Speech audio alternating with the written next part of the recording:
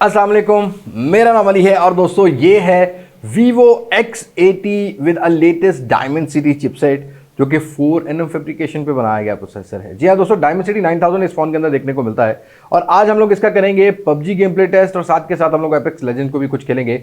FPS देखते हैं ना कि ये वाला हार्डवेयर जो है वो एफपीएस कितने कंट्रोल कर लेता है और साथ के साथ कुछ हीटिंग टेस्ट और बैटरी ड्रेन टेस्ट चलने वाला है। तो हम लोग इसको चेक करेंगे तसल्ली से और आज के बाद आपको अंदाजा हो जाएगा कि ये फ़ोन कितनी गेमिंग कैपेबिलिटीज़ लेके आता है। साथ के साथ कुछ हार्डवेयर की बात करते हैं तो ये एक नया हार्डवेयर है जो कि डायमंड सिटी 9000 है, मीडियाटेक की तरफ से 4nm फैब्रिकेशन प्रोसेस पर 5G इंटीग्रेशन के साथ LPDDR5X UFS 3.1 का स्टोरेज लेके आता है। 3.05 ऑक्टा कोर की स्पीड हमें देखने को मिलती है। साथ के साथ यहाँ पर हमें माली 710 MC10 वाला GPU देखने को मिल जाता है। बेंचमार्क स्कोर्स यहाँ रिकॉर्ड होते हैं 9,98,815। तो ये चीज़ भी हमने देखनी है कि यहाँ पर ये बेंचमार्क स्कोर्स कितना अच्छा गेम प्ले प्रोवाइड करते हैं। साथ के साथ हम लोग जो देखते हैं कि पबजी लोडिंग टाइम जो है वो कितना मिलता है। हमारा जो स्पाइडरमैन है वो गिर गया है, तो पबजी लोडिंग टाइम को भी चेक करते हैं। यहाँ पर मैं पबजी को क्लिक करूँगा और साथ के साथ हम लोग स्टॉप वॉच रन कर लेते हैं और जितनी देर में ये रन होता है उतनी देर में हम लोग कुछ टेम्परेचर मेजर कर लेते हैं। रूम टेम्परेचर ऑलमोस्ट मेरे पास 30 डिग्री सेल्सियस 29.9 डिग्री सेल्सियस है। उसके अलावा फ्रंट साइड का टेम्परेचर फ़ोन का ऑलरेडी 37 डिग्री सेल्सियस अराउंड जो है।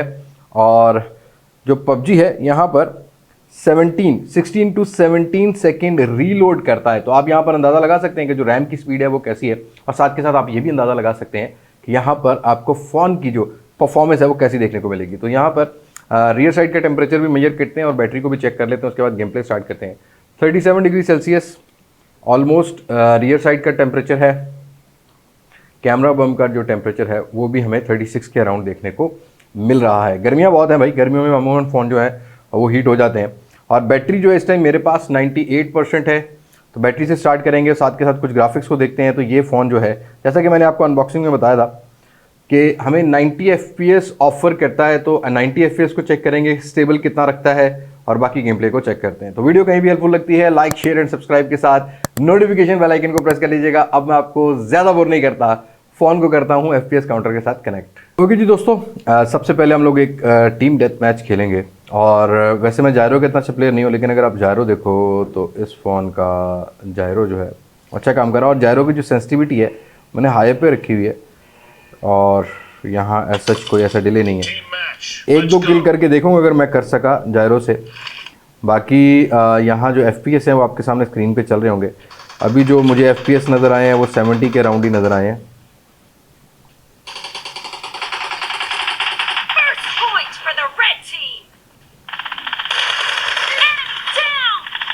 तो यहाँ फायर कनेक्टिविटी तो फिलहाल जो नज़र आई है पहला किल था, तो फिलहाल तो ओके नज़र आई है। अब थोड़ा सा जायरो की कनेक्टिविटी देखते हैं कैसी है। पिंग मेरी जो है वो थोड़ी सी तंग कर रही है।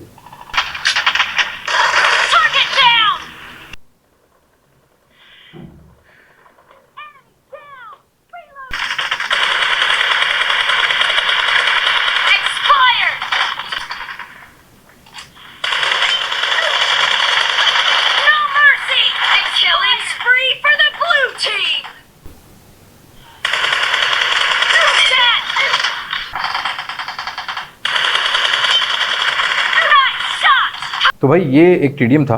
अब हम थोड़ा सा एडीएस के साथ खेलेंगे। तो यहाँ हमने देखा कि जो डायमंड सिटी 9000 है या Vivo X80 है वो अराउंड कुछ 70 FPS के 70 टू 75 FPS कंट्रोल रख पाता है।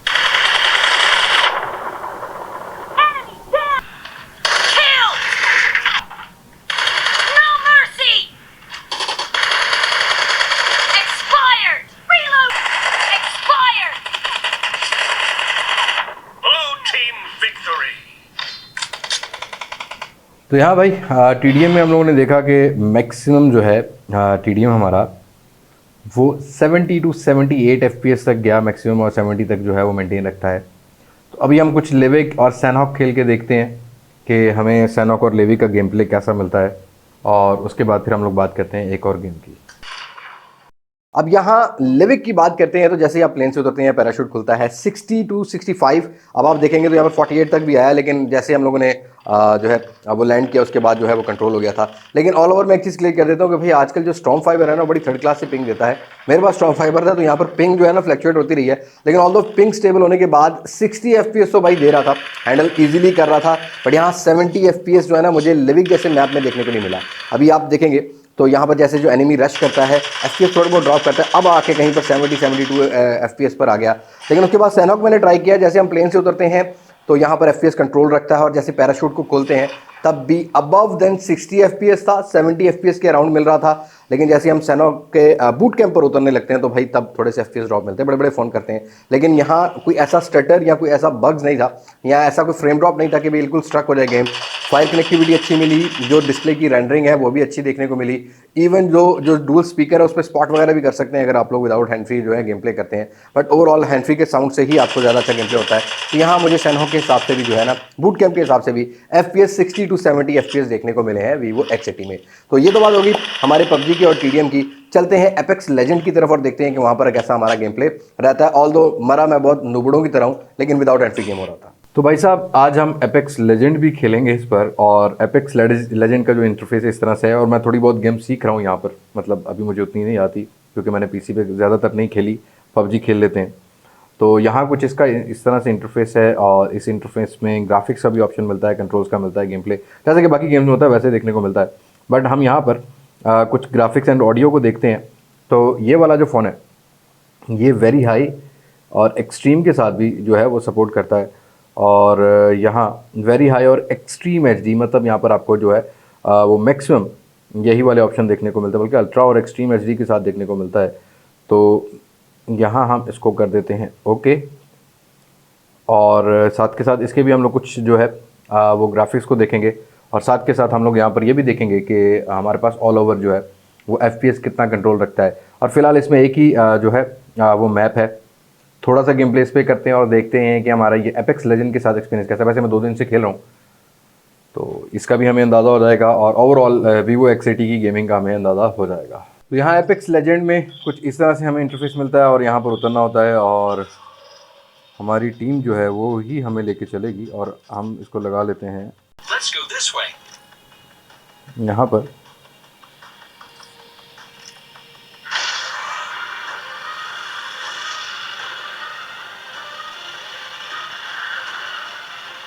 Let's go this way.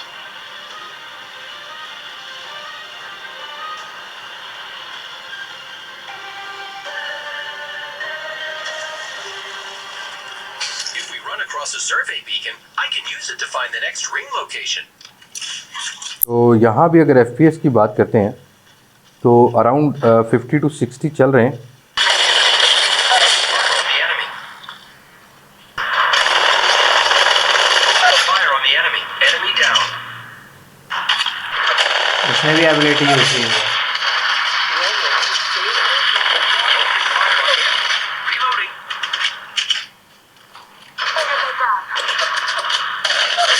Kill leader. पूरा squad clear. Battling the enemy. Reloading. Opening fire on the enemy. Enemy down. Phoenix here.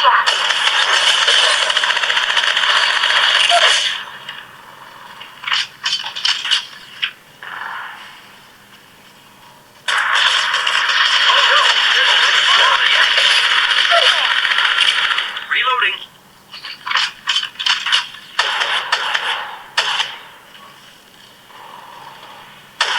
तो फाइनली भाई ये था एपेक्स। तो हमने पहली बार को 11 बंदे मार लिए हैं। साउंड क्वालिटी और रिफ्लेक्सेस जो ग्राफिक्स है ना इस गेम के मुझे पबजी से ज़्यादा बेहतर लगे। ऑल्दो जो है वो पबजी समझ नहीं आई, मतलब ये गेम इतनी समझ नहीं आई, आहिस्ता आहिस्ता आ जाएगी। तो फाइनली यहाँ पर डैमेज भी हमारा सबसे ज़्यादा है और ये सारी चीज़ें भी ज़्यादा हैं। तो थैंक यू सो मच।